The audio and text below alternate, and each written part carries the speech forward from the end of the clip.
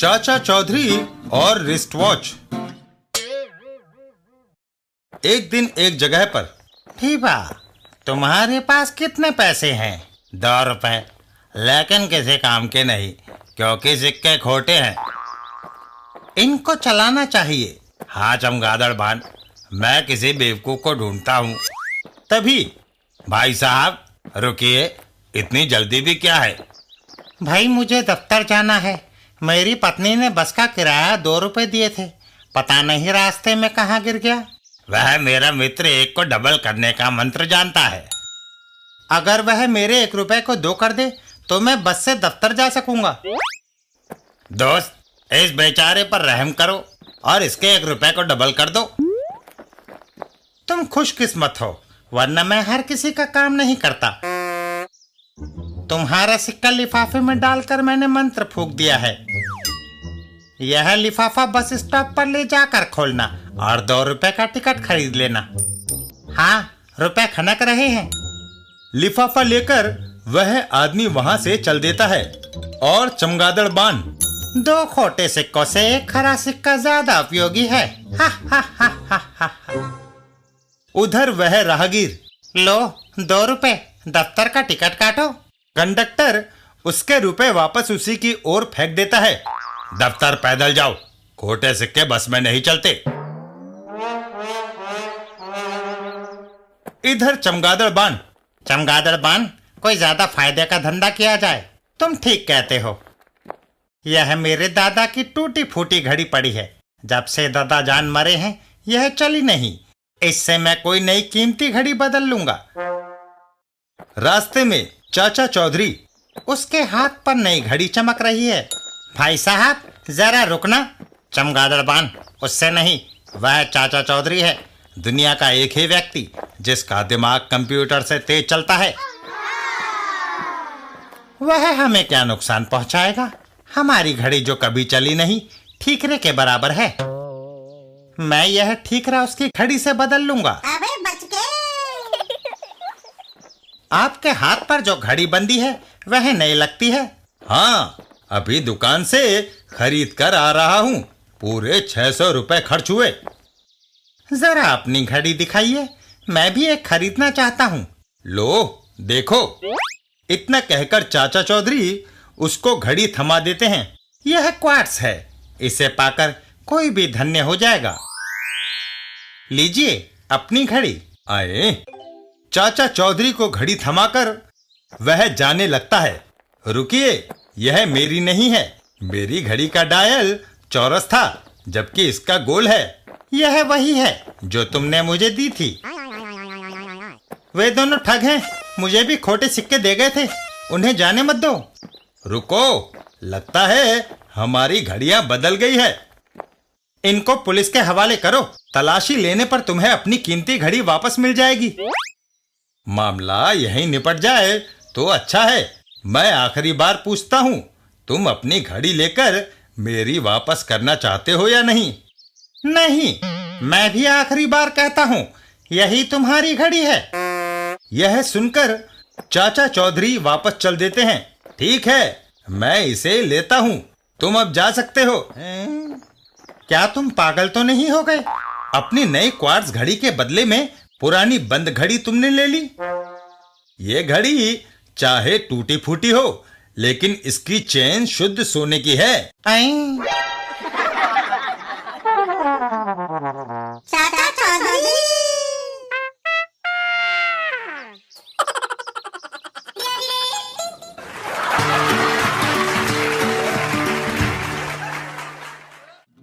चाचा चौधरी और चालाक सौदागर।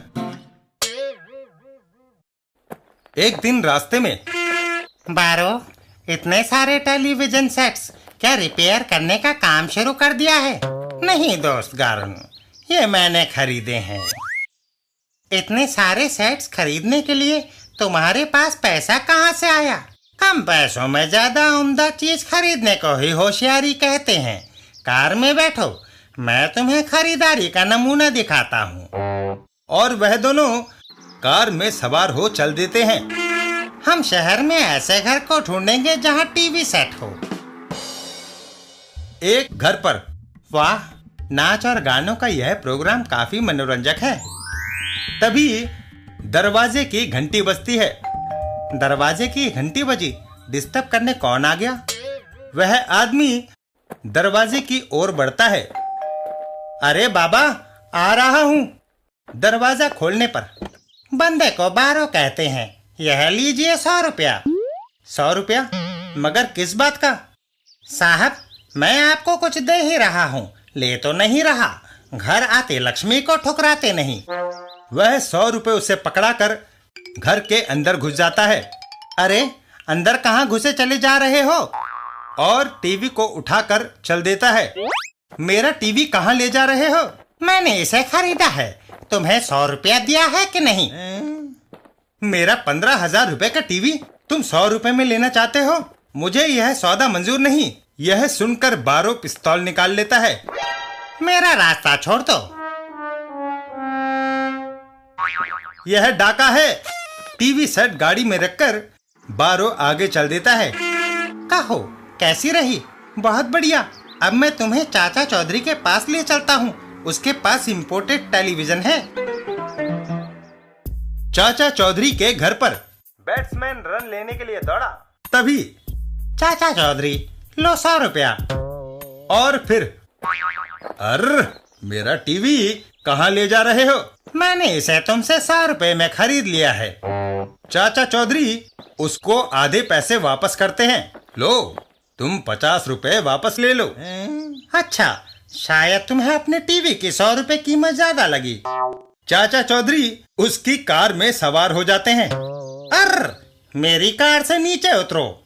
मैंने तुम्हारी कार 50 रुपए में खरीद ली है। क्या मैंने तुम्हें अभी पैसे नहीं दिए? चाचा चौधरी का दिमाग कंप्यूटर से तेज चलता है। बारो पिस्तौल चाचा चौधरी पर तानता है। मैं तुम्हें गोली मार दूंगा। लेकिन रॉकेट उसे दौड़ा देता है। बचाओ, बचाओ।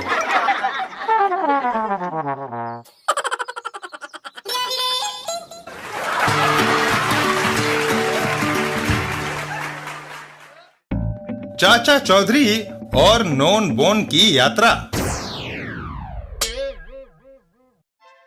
एक दिन अंतरिक्ष में। मैं नॉन बोन हारून ग्रह का वासी अंतरिक्ष की यात्रा को निकला हूँ। मैंने मंगल, बृहस्पति और दूसरे ग्रह देखे हैं। वह सामने कौन सा ग्रह है? हाँ, वह पृथ्वी है। जरा नजदीक से अवलोकन करना चाहिए। पृथ्वी की परिधि में आते ही, ओह, मेरा यान पृथ्वी की गुरुत्वाकर्षण की परिधि में आ गया है। और यान दुर्घटनाग्रस्त हो जाता है। नॉन बोन उसमें से बाहर निकल आता है। शुक्र है मैं बच गया, पर मेरा यान नष्ट हो गया है। भूख लगी है, उस घर से खुशबू आ रही है। नॉन बोन खिड़की में से सीधा खाने के बर्तन में कूद पड़ता है। आहा, यह सफेद तरल जो कुछ भी हो स्वादिष्ट है। तभी, क्या एक अजीब जंतु ने मेरा दूध पी लिया? मैं गोला रोला तुम्हें सजा दूंगा। वह व्यक्ति नॉन बोन को उठा लेता है। तभी, ओह, नॉन बोन वहां से भाग खड़ा होता है। भागो, मैं तुम्हें जिंदा नहीं छोड़ूंगा। बंदूक से काम लेना चाहिए। चाचा चौधरी, ओह, मैं तुम्हारी शरण में हूँ, मुझे बचाओ। साबू, इस अजीब प्राणी की रक्षा करनी होगी। जो कोई मेरे रास्ते में आएगा, मैं उसे मार डालूंगा। साबू का हाथ चल जाता है। चल दूर हट, छछूंदर। ओह, दोस्त, अब तुम्हें कोई खतरा नहीं। लेकिन मैं अपने ग्रह हारून पर कैसे पहुंचूंगा? वह दूर अंतरिक्ष में सितारा चमका। मेरी माँ यान लेकर मुझे ढूंढने निकली है, लेकिन मैं यान तक कैसे पहुंचूंगा? साबू नॉन बोन को उठा लेता है। मैंने कईयों को वहां पहुंचाया है, आओ। और उसे हवा में अंतरिक्ष की ओर उछाल देता है। जाओ। अंतरिक्ष में। माँ, मैं आ गया। शैतान नॉन बोन, तू बिना इजाजत लिए यान लेकर निकल पड़ा था। घर चलो। साबू।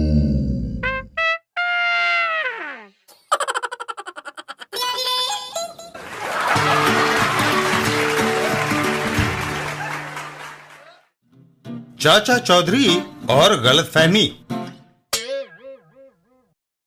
एक दिन एक घर में। अरे भगवान दास जी, सारा दिन मैगजीन ही पढ़ते रहोगे या कुछ घर का काम भी करोगे? जाओ बाजार से सब्जी लेकर आओ। भगवान दास उठकर चल देता है। जाता हूँ कौशल्या, जब तक लौटकर आऊं चाय बनाकर तैयार रखना। घर के बाहर।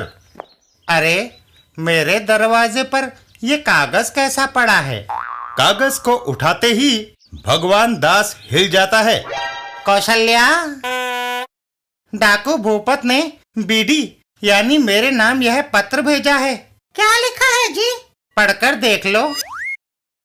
पत्र का मजमून। बीडी, मुझे 4 लाख रुपए की जरूरत है। पैसे का इंतजाम कर लो। कुछ देर बाद पैसा लेने मैं तुम्हारे घर आऊंगा। पैसा ना मिलने पर तुम्हारा अगवा कर लिया जाएगा। डाकू भूपत। कौशल्या, हमारे पास तो 400 भी नहीं है। फौरन पुलिस के पास जाओ। भगवान दास पुलिस स्टेशन पहुंचता है। मुझे इंस्पेक्टर साहब से मिलना है। अंदर चले जाओ। पुलिस स्टेशन के अंदर। डाकू भूपत ने मुझे धमकी भरा पत्र लिखा है। इंस्पेक्टर बीडी के साथ चल देता है। भगवान दास, आओ मेरे साथ, तुम्हारे घर चलना है। घर पहुंचकर बस दरवाजा लगाकर एक तरफ हो जाओ। डाकू भूपत आएगा तो मैं उसका स्वागत करूंगा। इंस्पेक्टर दरवाजे के पास चौकन्ना होकर खड़ा हो जाता है। किसी के कदमों की आवाज आई। लगता है कोई आ रहा है। दरवाजा खोलने पर हैंड्स अप है। चाचा चौधरी घर के अंदर आते हैं। अरे भाई, क्या माजरा है? तुम्हें 4 लाख चाहिए? धमकी भरी ये चिट्ठी तुमने लिखी है ना? चाचा चौधरी पत्र को हाथ में लेते हैं। तुम्हें गलतफहमी हुई है। मैं डाकू भूपत नहीं हूँ। क्या तुम 4 लाख बटोरने नहीं आए? नहीं। तो फिर तुम मेरे घर क्यों आए? मैं तुम्हें जानता भी नहीं। मैं तुम्हारे घर नहीं, ऊपरी मंजिल पर रह रहे दोस्त मनसुख लायलपुरी के यहाँ आया हूँ। इतना कहकर चाचा चौधरी ऊपरी मंजिल की सीढ़ियां चढ़ने लगते हैं। मेरे दोस्त ने कुछ दिन पहले ऊपरी मंजिल किराए पर ली है। ऊपरी मंजिल पर। कहो मनसुख लायलपुरी, मुंह लटकाए क्यों बैठे हो? चाचा चौधरी, मैंने उपन्यास लिखा था। पांडुलिपि का एक पृष्ठ खो गया है। क्या वह पृष्ठ? यह तो नहीं। हाँ, मगर तुम्हें कहाँ से मिला? क्या तुम उपन्यास की पांडुलिपि लेकर बालकनी में आए थे? हाँ। बस तभी यह पृष्ठ अलग होकर नीचे जा गिरा। इंस्पेक्टर तुम्हारे उपन्यास के पात्र डाकू भूपत को मुझे समझ बैठे। और फिर मैं नीचे जाकर उपन्यास का वह पृष्ठ ले आऊं। इंस्पेक्टर, मेरा दोस्त जासूसी उपन्यासों का लेखक है। पर इसने ये चिट्ठी बीडी यानी मेरे नाम ही क्यों लिखी? बीडी से बिमल दास भी तो हो सकता है। चाचा चौधरी।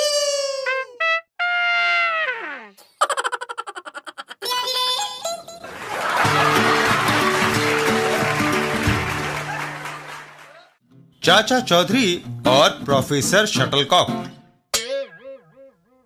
एक दिन डाकू गोबर सिंह और धमाका सिंह। गोबर सिंह, कंगाल बैंक में काफी पैसा है, क्यों ना वहां डाका डाला जाए, एक बार में माला माल हो जाएंगे। लेकिन धमाका सिंह, जब तक चाचा चौधरी जिंदा है डर बना रहेगा कि वो हमें पकड़कर जेल न भिजवा दे। तो क्यों ना पहले इस कांटे को ही निकाल दिया जाए। हम पहले भी कई प्रयत्न कर चुके हैं, वह हर बार सांप बचकर निकल जाता है। हमारी बंदूकें विफल साबित हुई। आओ मेरे साथ, मैं तुम्हें प्रोफेसर शटलकॉक के पास ले चलता हूँ। वह बिना कारतूस और तलवार के चाचा चौधरी और साबू को पार्सल कर देगा। Professor shuttlecock. धमाका सिंह, कहो कैसे आना हुआ? प्रोफेसर शटलकॉक, बिना मुड़े तुम्हें कैसे पता चला कि मैं आया हूँ? इलेक्ट्रॉनिक स्क्रीन पर मुझे साफ दिखाई दे जाता है। प्रोफेसर, तुम्हें मेरे कान देखकर हैरानी हो रही है। यह मेरे कान जन्म से ही ऐसे हैं। मेरे पिता के कान भी ऐसे थे। वह अंतरिक्ष वैज्ञानिक थे। अपनी समस्या कहो। दरअसल हम चाचा चौधरी और साबू से परेशान हैं। ये बटन दबाते ही उनसे छुटकारा पाया जा सकता है। एक अंतरिक्ष रॉकेट बाहर तैयार खड़ा है। चाचा चौधरी और साबू को रॉकेट दिखाने के बहाने उसमें सवार कर दिया जाए। फिर इधर कंट्रोल रूम से बटन दबाते ही रॉकेट छूट जाएगा और वह दोनों सवार उम्र भर अतः अंतरिक्ष में भटकते रहेंगे। कमाल है। बड़ी अच्छी योजना है, मैं उनको लाता हूँ। चाचा चौधरी के घर पर। चौधरी, प्रोफेसर शटलकॉक ने एक अंतरिक्ष यान बनाया है, देखने चलोगे? गोबर सिंह, बाज आज कबूतर की भाषा कैसे बोल रहा है? चाचा जी, इसके पीछे जरूर कोई चाल है। मैंने डकैती और मारधार छोड़ दी है। अगर कोई भला इंसान बनना चाहे तो भी उसे शक की निगाह से देखा जाता है। हमें तुम पर यकीन है। साबू, चलो आज अंतरिक्ष का रॉकेट देख लिया जाए। और वे लोग वहां से चल देते हैं। वह यान विज्ञान का एक करिश्मा है। धमाका सिंह, वे लोग आ रहे हैं। मैं उन दो मूर्खों को यान दिखाने ले जाऊंगा। जब सब अंदर होंगे तो 11:15 पर मैं और तुम्हारा साथी गोबर सिंह किसी बहाने यान से बाहर निकल आएंगे। तभी तुम यह बटन दबा देना। इसके दबाते ही रॉकेट दुश्मन को लिए छूट जाएगा। समझ गया। रॉकेट के पास आ जाओ दोस्तों। रॉकेट के अंदर आधुनिक इलेक्ट्रॉनिक मशीनें लगी हैं। चौधरी, तुम्हारे साथी को जरा झुक कर अंदर आना पड़ेगा। उधर धमाका सिंह, जेब घड़ी देखूं। 11:15। बटन दबाना चाहिए। धमाका सिंह के बटन दबाते ही रॉकेट अंतरिक्ष की उड़ान भर लेता है। धमाका सिंह खुशी में उछलता हुआ बाहर आता है।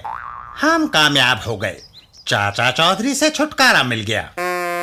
तभी तुम, प्रोफेसर शटलकॉक और गोबर सिंह कहाँ है? चाचा चौधरी आसमान में उड़ते रॉकेट की ओर इशारा करते हैं। वहां। तुम्हारी घड़ी 2 सेकंड आगे थी। मेरे और साबू के अंदर जाने से पहले ही रॉकेट छूट गया है। हाँ।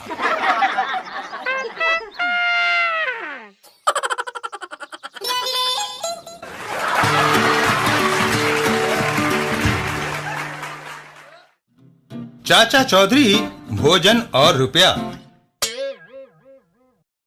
एक दिन चाचा चौधरी के घर पर। 1 करोड़ रुपए का क्या लोगे? बिनी, पहले तो हम दुनिया की सैर करेंगे। फिर रहने के लिए एक अच्छा सा मकान खरीदेंगे। एक इंपोर्टेड कार लेंगे। कुछ गरीबों में दान करेंगे।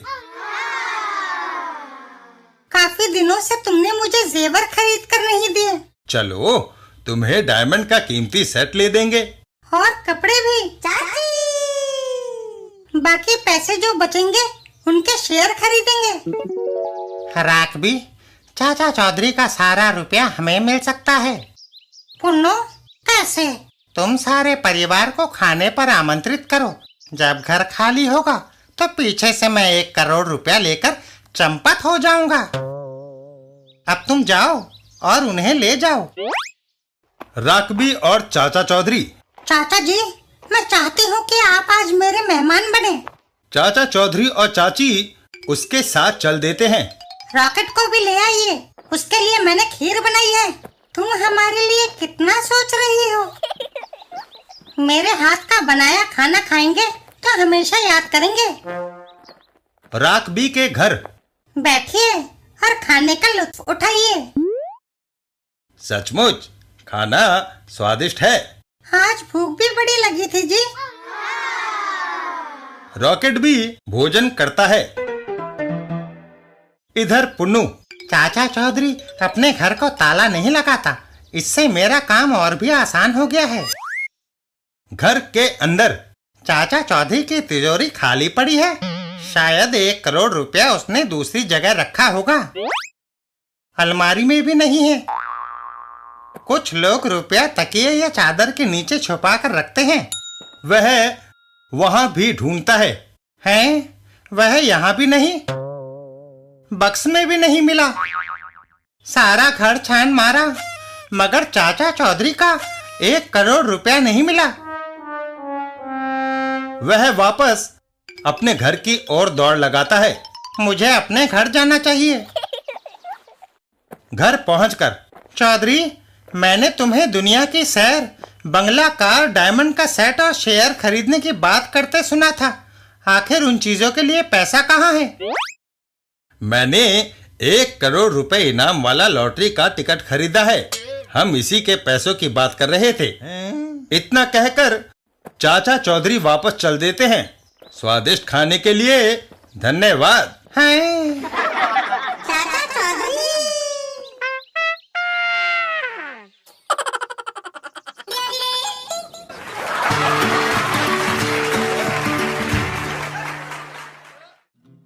चाचा चौधरी और चमत्कारी इत्र। एक दिन चाचा चौधरी और चाची। सुनते हो, मैं बाजार जा रही हूँ।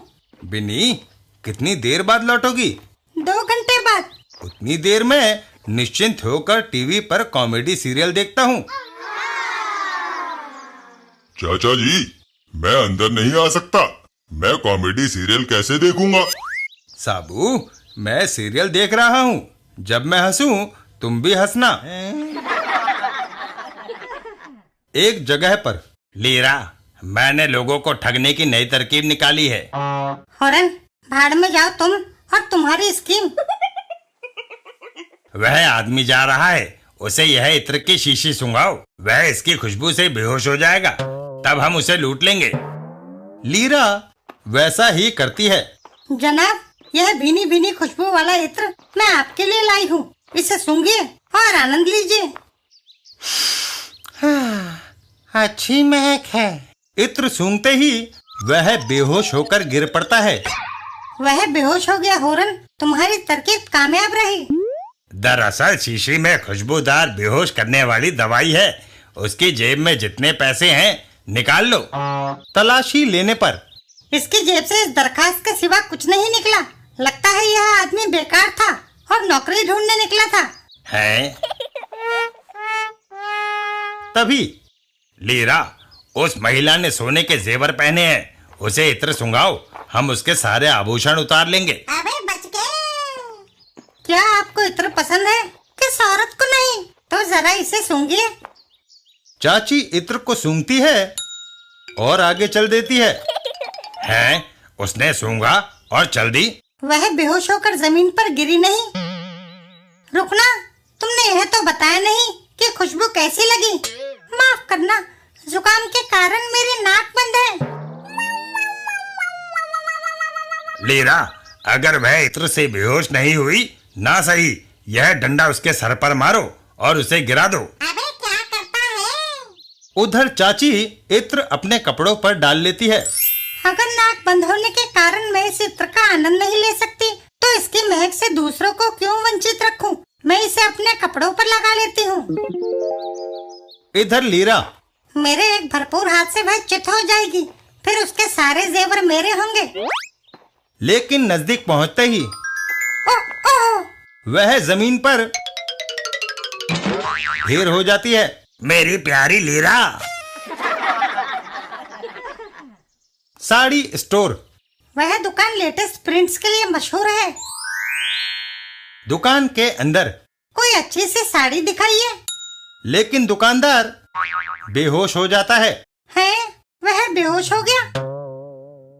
क्या बात है, जो कोई मुझसे मिलता है बेहोश हो जाता है। वापस घर जाकर पति से पूछती हूँ। चाचा चौधरी। क्यों जी, आज जो कोई मिलता है जमीन पर लेट जाता है। ओहो, बिन्नी ने कुछ मादक पदार्थ लगा रखा है। चाचा चौधरी वहां से भाग खड़े होते हैं। भागो! और चाची पीछे पीछे। रुको, मैं क्या कोई भूत हूँ?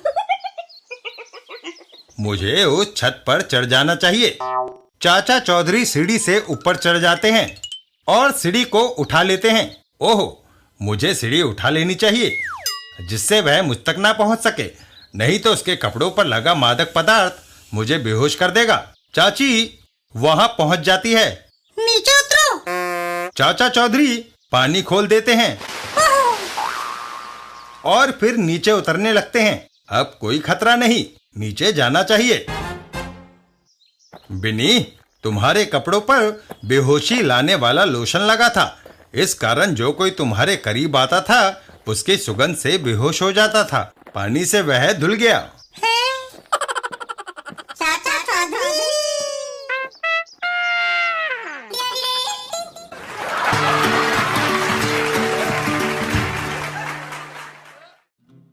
चाचा चौधरी साबू और डाकबो साहब।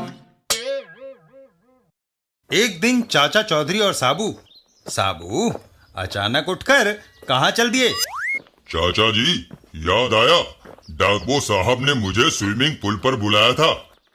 उसने कहा था चूंकि मैं एक अच्छा गोताखोर हूँ, इसलिए वह मेरा प्रदर्शन देखना चाहते हैं।